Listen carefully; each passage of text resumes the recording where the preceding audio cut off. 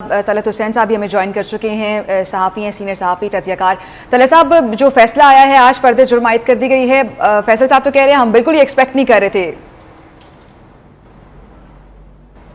मेरे ख्याल में हम जो ये एक्सपेक्ट नहीं कर रहे थे कि इमरान खान की तरफ से जो कानूनी नुक्ते उठाए गए उनकी नौयत क्या होगी। कम से कम मैं तो तवक्को यही कर रहा था कि इमरान खान को इस मामले की नज़ाकत और संगीनी का कुछ अदराक होगा। उनके साथ जो बड़े बड़े लीगल दिमाग हैं, मुनीर मलिक साहब मौजूद हैं, मखदूम साहब मौजूद हैं, हामिद साहब मौजूद हैं, इन तमाम लोगों ने बहुत से उतार चढ़ाव देखे हैं पाकिस्तान की तारीख के। अदालतों के हाथों से लोगों को कानूनी तौर पर पिटते हुए भी देखा है और अदालतों के सामने माफ़ी लेते हुए भी देखा है। तो इनकी तरफ से जब ये आर्गूमेंट्स का आगाज़ हुआ, मसलन मखदूम साहब का मैं एक आर्गूमेंट देख रहा था कि अपॉलॉजी की ज़रूरत ही नहीं है और ये कोई इजहार राय की आज़ादी का मामला है, तो वो बहस को किसी और तरफ लेके जा रहे थे। वो मानने को तैयार ही नहीं थे कि इमरान खान से एक संजीदा किस्म की कंटेम्प्ट कमिट हुई है और उसकी जो वजाहतें दी जा रही थी वो ज़ाहिर कोर्ट के लिए इसके अलावा और कोई रास्ता नहीं था। देखिए, कोर्ट ने जब पहले इमरान खान साहब को अपना एक सप्लीमेंट्री जवाब दाखिल करने की सहूलत मुहैया की तो उस पर कानूनी तौर पर उन पर बहुत वज़न पड़ा, उनके ऊपर तशरीहन बहुत ज़्यादा दबाव भी आया। लोगों ने ये बात वाज़े अंदाज से बताई कि कैसे ये गैर मामूली किस्म का कदम है जब कोर्ट एक कंटेमिनर को ये कह रही है कि आपका जवाब तसल्ली बख्श नहीं है और आप जाइए जवाब को रिव्यू कीजिए। ये बहुत बड़ी सहूलत है।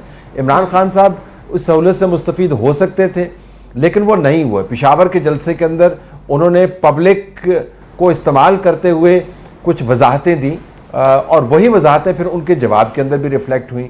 उनका जो दूसरा सप्लीमेंट्री जवाब है उसके औराक भरे हुए हैं कोर्ट की तारीफ़ करते हुए कि कैसे कोर्ट ने उनको ये सहूलत मुहैया की और वो कोर्ट के बड़े शुक्रगुजार हैं। उनको कंटेम्प्ट ऑफ कोर्ट के कानून को भी पढ़ने का मौका मिला, उनको पाकिस्तान की जुडिशल मजिस्ट्रेट को भी सुनने का मौका मिला, उनको ये भी पता चला कि प्रोसीडिंग्स कोर्ट के अंदर इस केस की मौजूद थी वगैरह वगैरह। लेकिन उन्होंने उसके अंदर अपॉलॉजी नहीं की, रिमोर्स और रिग्रेट का लफ्ज़ इस्तेमाल किया, अफसोस का, गहरे अफसोस का लफ्ज़ इस्तेमाल किया और फिर उसमें उन्होंने बार बार हवाला दिया शहबाज गिल के टॉर्चर का। और सिर्फ एक जगह पर मैंने कहीं पढ़ा कि उन्होंने एलिजिड का लफ्ज़ इस्तेमाल किया, लेकिन वैसे वो उस अफवाह को जिसको हर किसी ने रद्द किया एक ख़बर के तौर पर लेते रहे और उसको जस्टिफिकेशन के तौर पर पेश करते रहे कि जिसकी वजह से मैं जज्बाती हो गया और मैंने जवाब दिया। अब देखें, जो कंटेम्प्ट के जो फंडामेंटल्स हैं जब आप अपॉलॉजी करते हैं बड़े वाजे हैं, वो व्यूअर्स के लिए मैं सामने रख देता हूँ। ये कोर्ट की जजमेंट्स में से उठाए गए हैं। जी जी। एक तो ये कहा गया है कि apology must be offered at the earliest और be postpone till fag end not be postpone till fag end of the proceedings. यानी आपको बहुत जल्दी जो है अपॉलॉजी करनी होती है, आपने उस मामले को ड्रैग नहीं करना। दूसरा है कि apology must B unconditional and unreserved and unqualified, यानी इसके साथ आप आए बाएं शाएं नहीं कह सकते, आप जस्टिफिकेशंस नहीं दे सकते, आप तावीलें मुहैया नहीं कर सकते, आप ऐसा कोई काम नहीं कर सकते। बिल्कुल स्ट्रेट एंड नैरो स्विफ्टली आपको अपॉलोजाइज करना होता है। फिर यह भी लिखा हुआ है इसके अंदर कि apology should not appear but must be satisfactory, representing sincere and genuine remorse and should not be half hearted और मेयर फॉर्मेलिटी। यानी अगर आपने गोइंग थ्रू द मोशंस जिसको कहते हैं, यानी अगर आपने डंग टिपाना है और कोर्ट को फॉर्मेलिटी के साथ पूरा करना है तो वो अपॉलॉजी के जुमरे में बिल्कुल नहीं आता। और जो बहुत अहम है ये कि जो कंटेमिनर है, जो कंटेम्प्ट ऑफ कोर्ट का मुर्तकिब हुआ है, उस कंटेमिनर को किसी सूरत में अपने कंडक्ट को जस्टिफाई नहीं करना। ये नहीं कहना कि जी मुझे पता नहीं था, मेरे से गलती हो गई, गलती भी नादानिस्ता तौर पर हुई, वो उस वजह से हुई, ये आप नहीं कर सकते। अच्छा, ये जो असूल है 4, 5, 6, कोर्ट ने बहुत तहम्मुल के साथ इमरान खान को वक्त दिया। इमरान खान और उनके लीगल रिप्रेजेंटेटिव्स जो हैं वो इस मौके से फ़ायदा नहीं उठा सके, जिसकी वजह से कोर्ट के पास चार्जेस फ्रेम करने के अलावा कोई चारा नहीं था।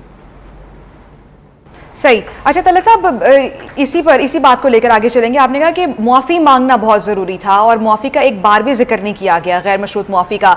तो जो चीज़ मांगी नहीं गई थी वो कैसे मिल जाती? आपको लग रहा है कि इवन इमरान खान साहब ये एक्सपेक्ट नहीं कर रहे थे डिसीजन?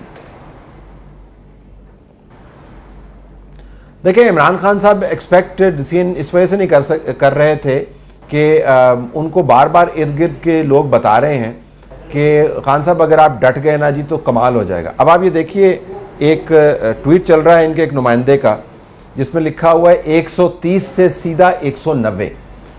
यानी वो इस चार्जेस फ्रेम होने के बाद वो बता रहे हैं कि पहले अगर हमारी 130 सीटें आनी थी, अब हमारी 190 सीटें आएंगी। यानी जब आपको इस किस्म के माशाल्लाह मशवरे देने वाले लोग मौजूद हों, तो खान साहब जो वैसे ही अपने बारे में बहुत ज़्यादा ज़ूम में मुब्तला हैं कि जब मैं कदम उठाता हूं तो ज़मीन थरथराती है, जब मैं बोलता हूं तो फलक और ज़मीन जो है उसके अंदर जितने जानदार चीज़ें हैं वो मेरी बात सुनते हैं। तो जब उनको इस किस्म के मशवरे दिए जाते हैं तो जाहिर है वो ये समझेंगे कि उनके साथ ये हो नहीं सकता। लेकिन मैं आपको बता रहा हूं कि जो सुबह से प्रेपरेशंस थी, जो कोर्ट के अंदर जज साहबान की ऑब्जर्वेशंस थी, और वो बार बार बता रहे थे कि जी आप इस मामले की संजीदा नोयत को समझिए, ये क्रिमिनल कंटेम्प्ट के केस है, ये सिर्फ कोर्ट को स्कैंडलाइज करने का मामला नहीं है। और उन्होंने केसेस के हवाले दिए जिसके अंदर बाकायदा माफ़ी मांगने के बावजूद लोगों को सजा हो गई। तो यहाँ पर तो आपको सहूलत भी मुहैया की गई और आपका दूसरा जवाब जो है वो भी तसल्ली बख्श नहीं है। लेकिन इमरान खान जो है वो अपने तमाम तर लीगल और पॉलिटिकल रिप्रेजेंटेशन के नरगे में अपनी जो एक बहुत बड़ी उनकी ईगो है उसके नरगे में वो आए हुए हैं, और वो समझते हैं कि अगर उन्होंने अपॉलॉजी कर ली तो न जाने उनका कद काट ख़राब हो जाएगा। हालांकि सब ये मानते हैं कि कानून के सामने सबको सर झुकाना होता है, और ये वो एक लाइन है जो इमरान खान हर जलसे के अंदर, हर इंटरव्यू के अंदर बार बार दोहरा रहे होते हैं कि वो कौमें उठ नहीं सकती, अगर मैं कोट कर पाऊँ, वो कौमें उठ नहीं सकती जहाँ पर बड़े के लिए कानून कोई और है और छोटे के लिए कानून कोई और है, और फिर रियासत मदीना की मिसालें देते हैं। तो इस मरतबा जब कानून को लागू किया गया, ज़रा नरमी से लागू किया गया, इतनी सख्ती से नहीं लागू किया गया उनके ऊपर, तो पता चला कि इमरान खान खुद अपने असूल के ऊपर कायम नहीं रह सके। तो उनको सर झुकाना चाहिए था, कोर्ट के रहमो करम पे छोड़ना चाहिए था और माफ़ी मांगनी चाहिए थी। लेकिन चूंकि उनको मशवरा ये दिया जा रहा है कि आप डट जाएंगे तो आपकी वाह वाह हो जाएगी और हमारा सितारा आसमान से बातें करेगा, तो मेरे ख्याल में वो ऑलरेडी इस गुमान में मुब्तला हैं।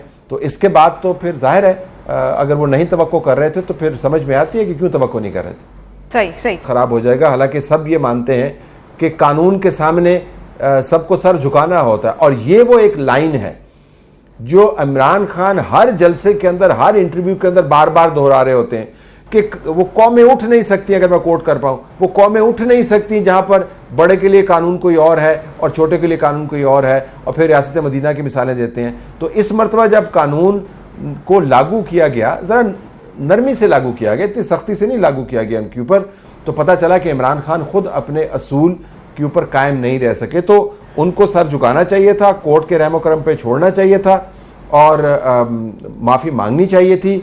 लेकिन चूंकि उनको मशवरा ये दिया जा रहा है कि आप डट जाएंगे तो आपकी वाह वाह हो जाएगी और हमारा सितारा आसमान से बातें करेगा, तो मेरे ख्याल में वो ऑलरेडी इस गुमान में मुब्तला हैं। तो इसके बाद तो फिर जाहिर है अगर वो नहीं तवक्को कर रहे थे तो फिर समझ में आती है कि क्यों तवक्को नहीं कर रहे थे। सही सही।